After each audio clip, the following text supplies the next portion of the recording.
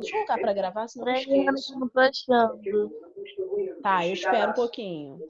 Olha esses microfones abertos aí, ó. Tem gente com o microfone aberto. João, só que, João, não tô conseguindo colocar você no mudo, não. Depois você desativa esse microfone, tá bom? Então, o que eu vou fazer? Vamos sem livro mesmo.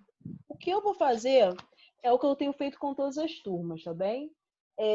O que eu tenho feito com as turmas? Eu pego uma questão de cada um dos 5 capítulos e, através dessa questão, eu relembro tudo que nós estudamos. Tudo não, né? Mas quase tudo o que nós estudamos naquele capítulo, tá bem? Então vai funcionar assim. Quem não pegou ainda o livro, dá tempo, tá? Eu tô enrolando aqui um pouquinho para dar tempo de vocês pegarem o livro, tá?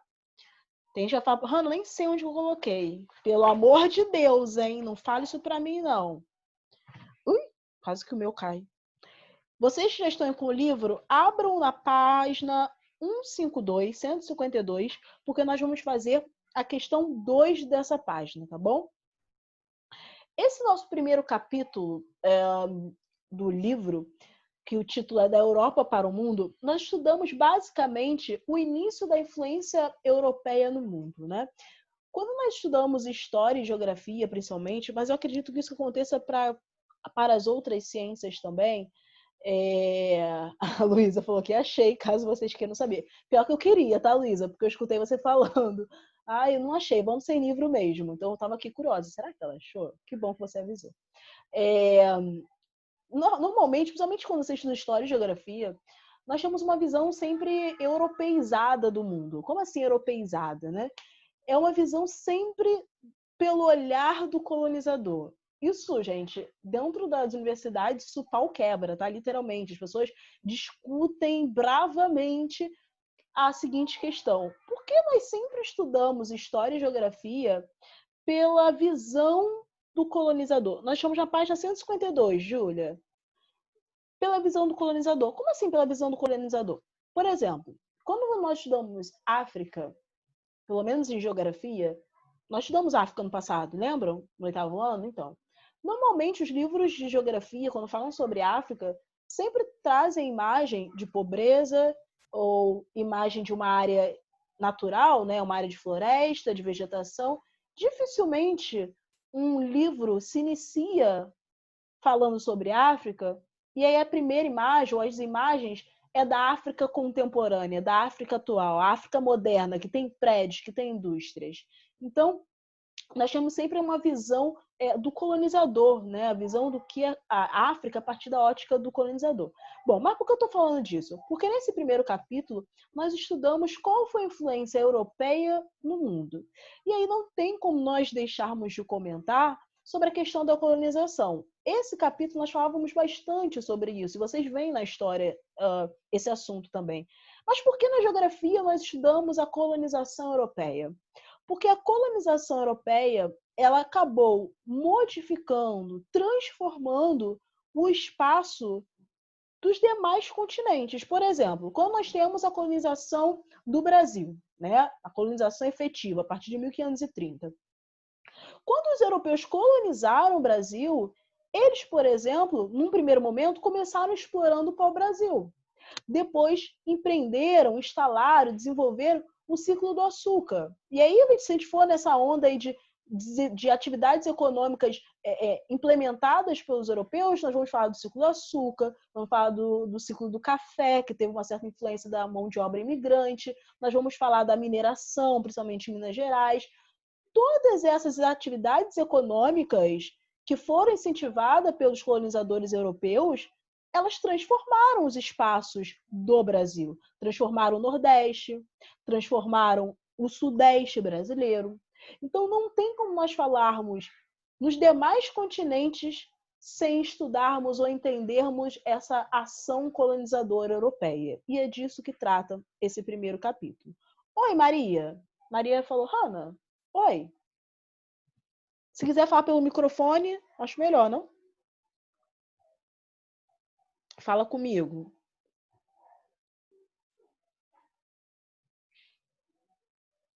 Ixi, Maria? Tá aí? Ela deve estar escrevendo. Ah, tá. Ah, tá. Maria pergunta aqui, por que a Europa modificou muitos continentes? Então, a Europa, ela... Quando a gente fala em Europa, eu estou falando especificamente em Portugal, Espanha e Inglaterra. Eles sempre tiveram muito interesse em ampliar as suas relações comerciais. Se vocês estudarem as fases do capitalismo, no livro de vocês fala um pouco sobre essas fases do capitalismo. A primeira fase do capitalismo, que corresponde ao século XV, ele é chamado de capitalismo comercial. E qual era a ideia desses países que eu destaquei nesse contexto, no século XV? Eles queriam expandir a sua produção. Eles queriam expandir o seu mercado consumidor, ou seja, o desejo de ampliar os ganhos fez com que os europeus viessem a explorar alguns continentes.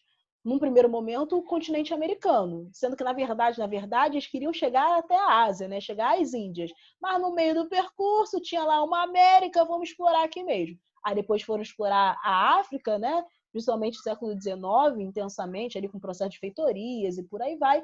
Mas, basicamente, o que justifica essa transformação, essa modificação causada pelos países europeus nos demais continentes foi, basicamente, o ímpeto, o desejo de ampliar os seus ganhos. Tranquilo, Maria? Sim, não? Tranquilo. Show de. E aí a questão 2, ela fala um pouco desse contexto. Ela diz o seguinte, para quem chegou aí agora, eu estou na questão 2 da página 152.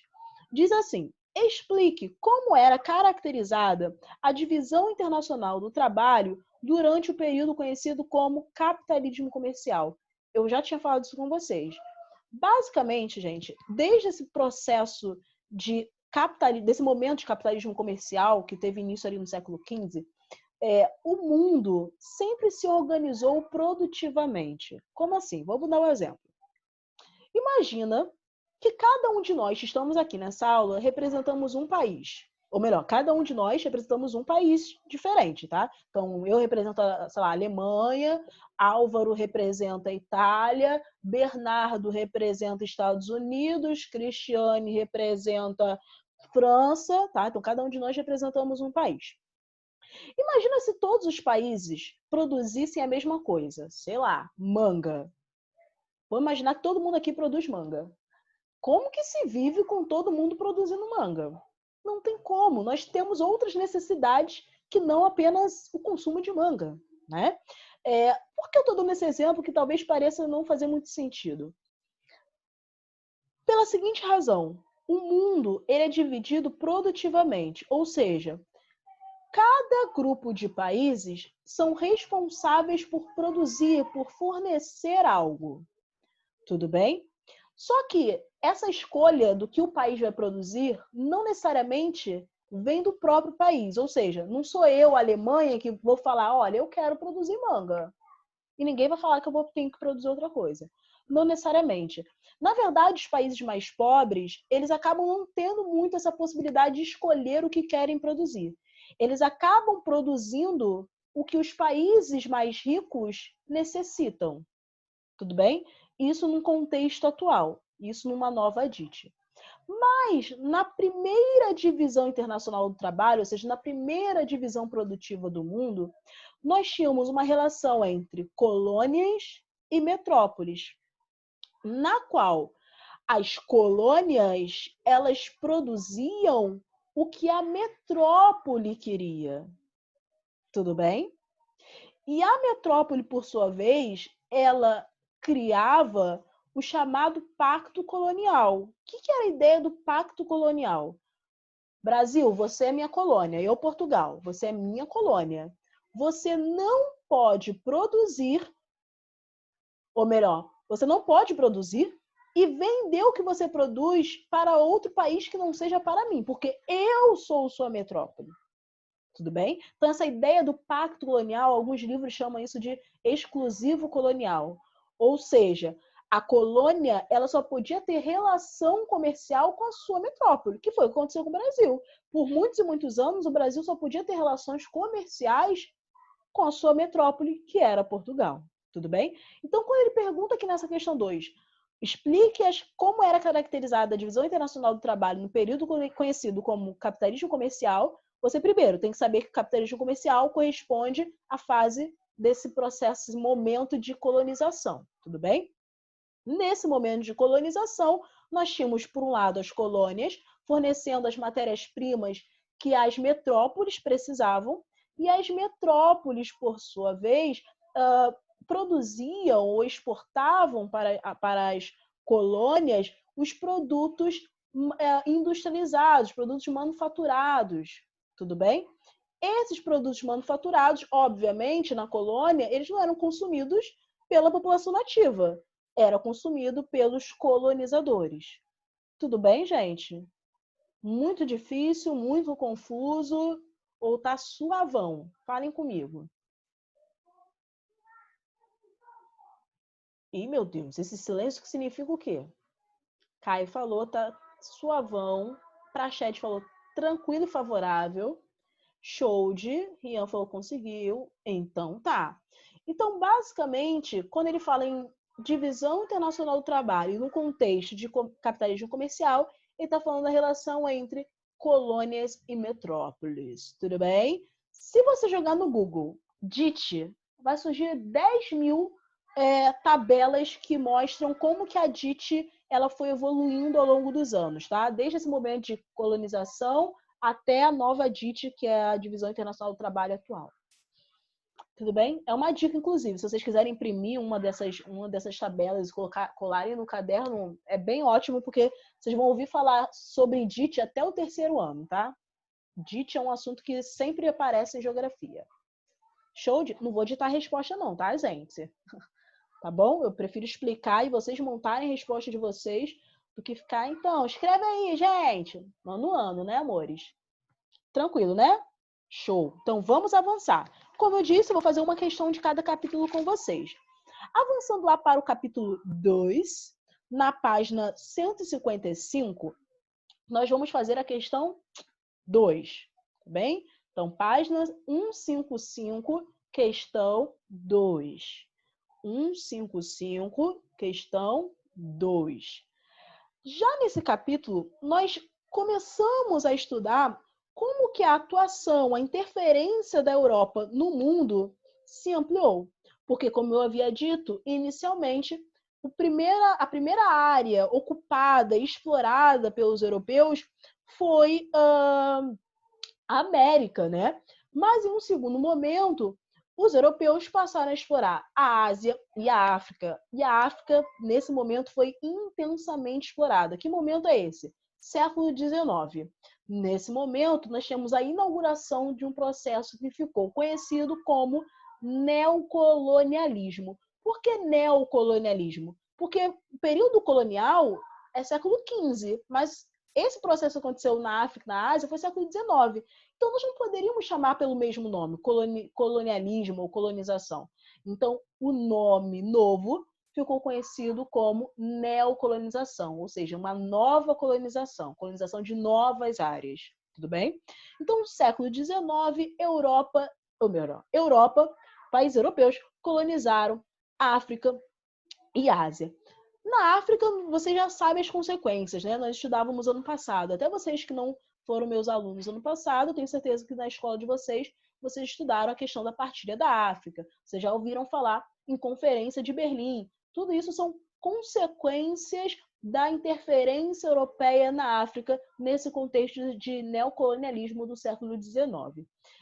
Então, essa página 155 tem essa questão 2, que fala desse contexto de neocolonialismo. Na história, esse momento, né, do século XIX, esses processos de interferência europeia, ficou conhecido como imperialismo, tá bem? Então, a questão 2 diz o seguinte: assinale a alternativa que melhor corresponde à definição para o imperialismo que se manifestou no século XIX. Falar baixinho, tá? Para ninguém ouvir. Tem bem uma questão parecidinha, tá? Na prova. Não falei nada, hein? Tá? Não falei nada. Estudem esse processo, tá? De neocolonialismo, o que foi o imperialismo, quais foram as consequências para a África. Dica de amiga. Diz assim, desenvolvimento. Então, ele quer saber aqui o que melhor corresponde à definição de imperialismo. Letra A. Desenvolvimento de política externa imperial ou monarquista em outros países por meio de acordos bilaterais. Gente, não, tá? Já vou dizer de cara que não, essa letra A. No final, ele fala uma besteira muito grande. Quando ele fala aqui em acordos bilaterais, ou seja, os países europeus e os países que estavam sendo colonizados da África e da Ásia, eles tinham um acordo entre si. Então, meio que os países da África e da Ásia, eles aceitaram ser explorados. Óbvio que não, tá, gente? Quando nós, por exemplo, falamos em partilha da África, tem aquela charge que vocês já viram, né? De vários. Tem até aqui nessa página, no finalzinho da página 55, vários representantes de países europeus sobre o mapa da África e meio que cortando a África, dividindo quem ia ficar com qual parte do continente. Então, que acordo é esse que só um lado define o que quer e o outro tem que ficar quietinho aceitando? Não é acordo, né? Então, letra A, não. Letra B, imposição do pacto colonial, falamos de pacto colonial já, e manutenção da independência política das nações. Esse finalzinho aí de manutenção da independência política das nações, ou seja, os países africanos e asiáticos, eles eram super independentes, eles não tinham nenhuma influência europeia? Não, né? Errado. Letra C. Invasão territorial temporária para a exploração de recursos minerais e outras matérias-primas. Olha, eu confesso que essa C pode ser uma resposta, tá? Por que eu digo que pode ser? Porque ele fala aqui de invasão territorial temporária. E foi temporário, né? Os europeus eles foram expulsos, principalmente da África, num contexto de Guerra Fria, na década de 60, principalmente, 60 e 70. Foi quando os europeus foram praticamente expulsos da África, porque Estados Unidos e União Soviética, num contexto de Guerra Fria, né, que foi de 45 à década de 90, eles queriam ter aliados. Então, o que tanto os Estados Unidos quanto a União Soviética fizeram no continente africano? Eles apoiavam a população de vários países africanos, incentivava essa população a tomar o poder, expulsando os europeus do domínio. Mas os Estados Unidos e a União Soviética eles não fizeram isso porque eles eram legaizinhos, não, tá? Eles fizeram isso porque quando a população recebesse apoio para retirar os europeus do poder, eles iriam ficar gratos por esse auxílio, então eles iriam apoiar agora os Estados Unidos ou a União Soviética. Entende? Então, não tem nada de gente legalzinha no jogo geopolítico, não, tá? É sempre um interesse aí. Então, vamos guardar essa C por enquanto. Letra D, domínio político e econômico e, em alguns casos, territorial das potências europeias sobre outros povos. Nossa, essa aqui acho que tá mais bonita, não tá? Vamos guardar C e D. Letra E, processo de expansão territorial em que as monarquias absolutistas asiáticas buscavam a exploração de recursos naturais. Não, gente. Muitos asiáticos estavam sendo dominados, tá? Então, não. Então, ficamos entre C e D. Vamos analisar novamente essas duas. Então, C, invasão territorial temporária para exploração de recursos minerais e matérias-primas? Sim. Então, essa C não é que ela está errada. Só que o processo de imperialismo ele foi muito mais amplo do que simplesmente a exploração dos recursos da África e da Ásia, tudo bem? Então, a D está mais certa do que a C, porque ela está mais completa. Porque ela fala em domínio político, econômico e territorial das potências europeias sobre outros povos. Então, gabarito, letra D, tá bem? Praxedes, certinho. Letra D, Bernardo também. Letra D de dado. Dúvidas sobre isso, gente? Sobre o domínio europeu? Ou tá suavão, tranquilão? Show de... Então tá. Então, vamos avançar um pouquinho lá para a página 158 do livro de vocês. Vamos fazer a questão 3. 158, questão 3. Nesse capítulo aqui, gente, nós falamos muito sobre as questões físicas da Europa. Eu sei que é uma parte meio que decorebinha, né? Não tem muito como você... A compreensão da parte física da Europa é muito mais decorebinha do que outra coisa. Mas, para que vocês não tenham que decorar tudo, que não faz sentido, até porque eu já falei isso com vocês, eu odeio coisa de decorar, porque eu acho que não faz sentido, porque você vai decorar para a prova e depois você não vai lembrar.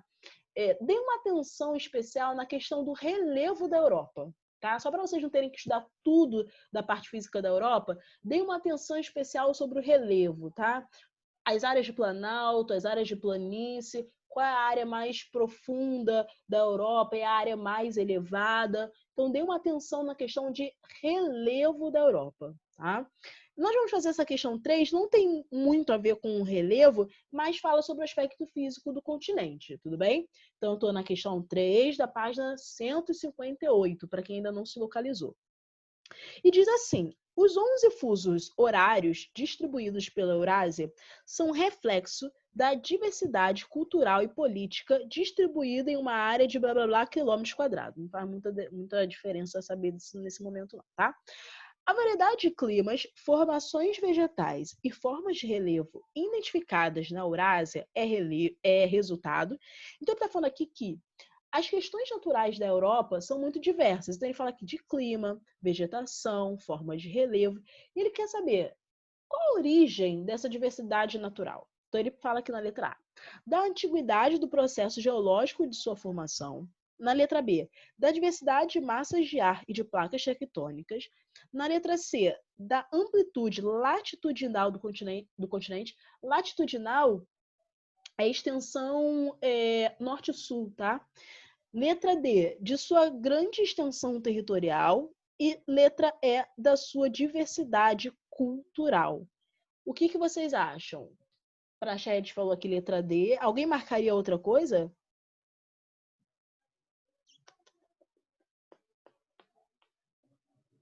Rian falou C. Gabarito é letra D, tá, gente? Eu vou explicar o porquê. Essa questão, ela tá um pouco imprecisa. Assim, não é uma das questões que eu mais amo do livro de vocês, não. Mas era interessante para nós entendermos o seguinte. Todo país que for muito extenso, seja essa extensão no sentido norte-sul ou leste-oeste, né, o sentido latitudinal ou o sentido longitudinal, será um país muito diverso, tudo bem? Se ele for muito extenso no sentido norte-sul, todo país ou continente, tá? Se ele for muito extenso no sentido norte-sul, ele vai ter, por exemplo, uma grande variedade de climas. Porque se vocês lembram aí das aulas de vocês lá do 6º ano, quando vocês estudaram fatores climáticos, acho que não foi para a turma de vocês, não, foi para o 8º ano, que eu até enviei um mapa mental esse ano sobre os fatores climáticos. Fatores climáticos são características que influenciam na formação de um clima. E a latitude é um desses fatores climáticos. Então, conforme você se afasta da linha do Equador e vai em direção aos polos, você tem a diminuição da temperatura. Então, a regra é a seguinte: conforme você aumenta a latitude, você diminui a temperatura. Conforme você aumenta a latitude, você diminui a temperatura. Tudo bem? Boa dica, Maria. Eu dei essa pausa dramática, a Maria falou: Hanna, faz um trabalho com a gente, mapa mental. Posso fazer, com certeza. Só não faço essa semana porque eu quero que vocês estudem, tá? Mas para a semana que vem eu posso pensar sim, um trabalho de mapa mental. Eu fiz isso ano passado com a turma do 3º ano e foi bem, bem legal, assim. Teve mapas mentais excelentes. Eu posso fazer sim, Maria. Então, todo país que for muito extenso, se for no sentido norte, país ou continente, se ele for muito extenso no sentido norte-sul, ele vai ter, por exemplo, uma grande variedade de climas. Pelo fato que eu estava explicando agora. Conforme você aumenta a latitude, você tem diminuição da temperatura e, consequentemente, você vai ter climas que possuem temperaturas diversas. E dependendo do clima, você vai ter um tipo característico de vegetação. Se você tem climas muito extremos, se for muito quente ou muito frio, você não vai ter muita vegetação. Agora, se for um clima mais úmido, quente e úmido, você vai ter uma boa vegetação, como é o caso da floresta amazônica aqui no Brasil. Enfim, mas se for extenso no sentido leste-oeste, ou seja, no sentido longitudinal, você também vai ter essas variedades de, por exemplo, de relevo também, tudo bem? Então, basicamente, as diversidades naturais de um país, ela é causada principalmente, né, a princípio, pela grande extensão territorial. Quanto maior for um país, quanto maior for um continente, mais diversos serão os elementos naturais ali encontrados, tudo bem? Não é a letra C, alguém tinha falado C, Rian, porque quando ele fala em amplitude latitudinal, isso explica apenas clima e vegetação. Mas você pode ter uma grande variedade de montanhas, né, de relevos, né, de depressões e vales e formas do relevo, por exemplo, também no sentido leste-oeste. Show? Então, a questão 3, letra D. É meio confusa essa questão, mas dá pra gente dar uma relembrada aí nas questões físicas da Europa. Vou avançar, tá? Gente, qualquer dúvida, vocês podem me interromper.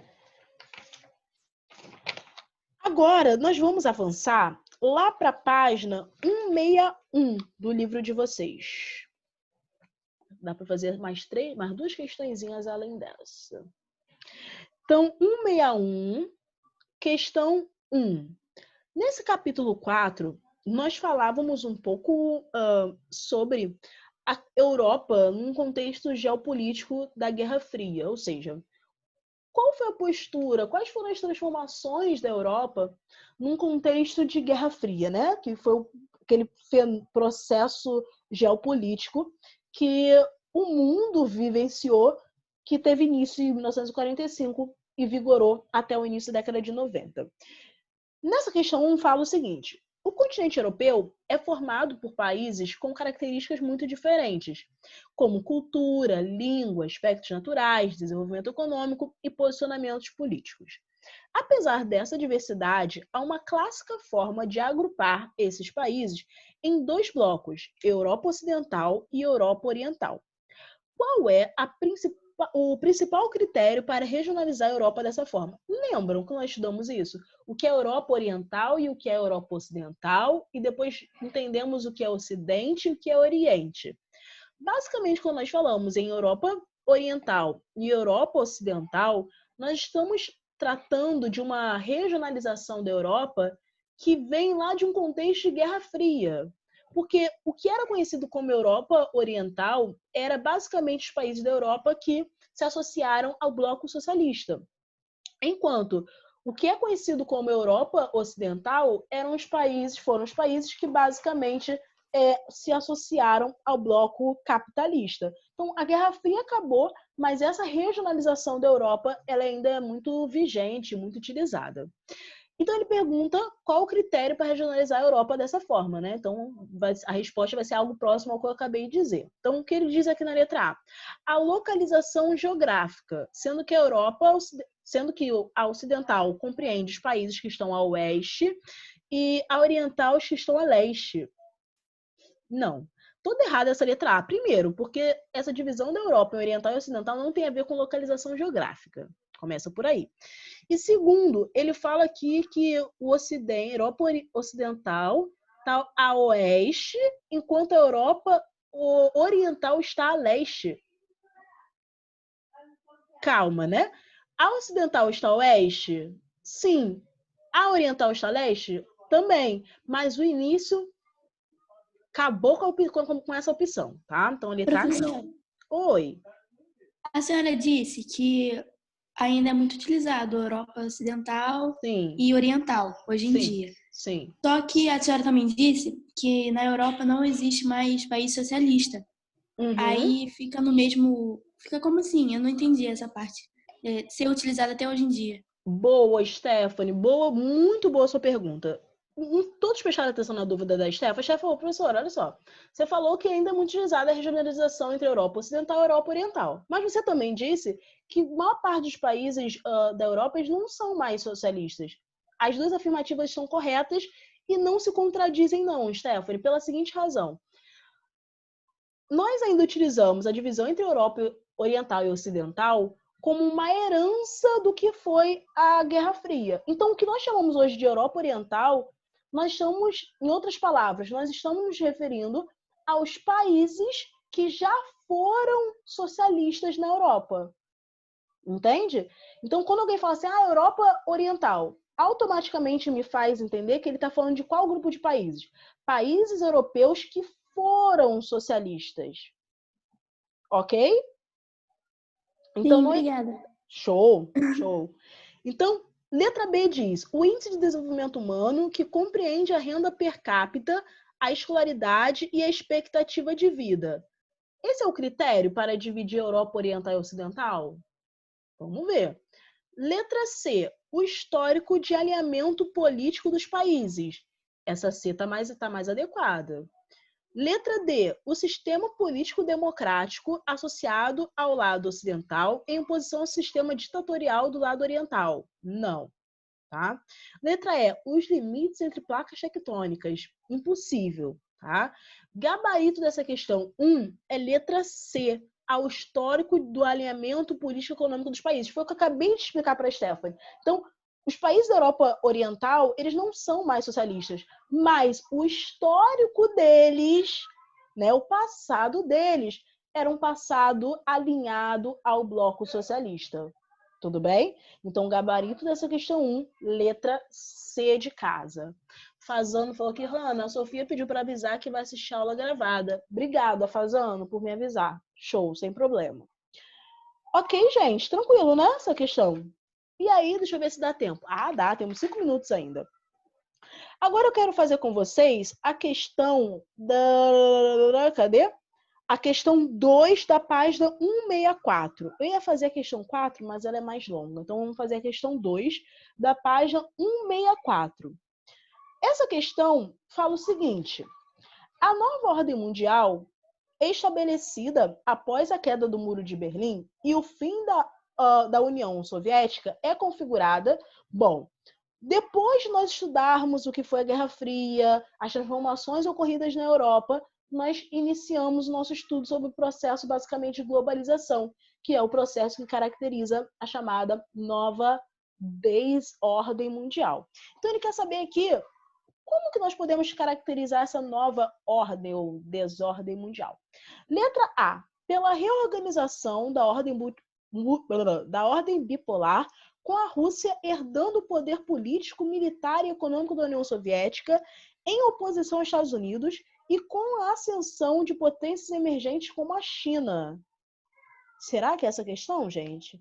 Reorganização da ordem bipolar? Não. Assim, hoje em dia ainda tem muito conflito entre Rússia e Estados Unidos, tá? O pau quebra entre esses dois. Mas isso não caracteriza uma nova ordem bipolar. O mundo não voltou a ser bipolar. Não gostei muito dessa A, não. Letra B. Por uma ordem unipolar, com a única e exclusiva soberania dos Estados Unidos? Não, tá? Os Estados Unidos não é soberano. Apesar de ser a potência hegemônica, tá? Nós somos uma ordem multipolar. Ou unimultipolar, como alguns livros falam. Letra C, pela prevalência do capitalismo e pela soberania política, econômica e militar estadunidense, acompanhado por outras potências econômicas, como Alemanha, Reino Unido, França, Japão e China. Gostei. Essa letra C tá lindinha, hein? É o que eu acabei de falar. Basicamente, essa nova ordem mundial é caracterizada por uma ordem unimultipolar, ou seja, eu tenho vários polos de poder regionais, mas eu tenho essa potência que é os Estados Unidos se destacando ainda sobre todas elas. Então, já pode marcar a letra C sem medo de ser feliz. Letra D. Pelo estabelecimento de uma ordem mundial multipolar com poder dividido entre blocos econômicos e associações entre os países como NAFTA, União Europeia e Mercosul? Não. Letra C, nosso gabarito, tá? Eu dei uma acelerada aqui nesse finalzinho por conta do tempo, tá, gente? Meus amores, qualquer dúvida, pelo amor de Deus, não fica com a dúvida, tá? Manda lá mensagem na Agenda Edu. Eu posso até demorar às vezes para responder, porque assim, tô falando isso para todas as turmas, então eu tenho outros alunos para responder. Mas pode ter certeza que antes da sua prova eu vou te responder, tá bom? Então, dúvida, manda recadinho lá na Agenda Edu que eu respondo e tiro a dúvida com o maior carinho possível, tá bom, meus amores? Foi rápido, não foi? Mas eu tenho certeza que deu para vocês relembrarem alguns conteúdos que nós estudamos e que aparecerá na avaliação de sexta. Tranquilo, gente? Não fica preocupado com a chamada não, porque eu vou fazer presença em off, tá bom? Eu vi aqui quem tá online e eu dou presença em off. Show? Meu Deus, que silêncio. Tranquilo?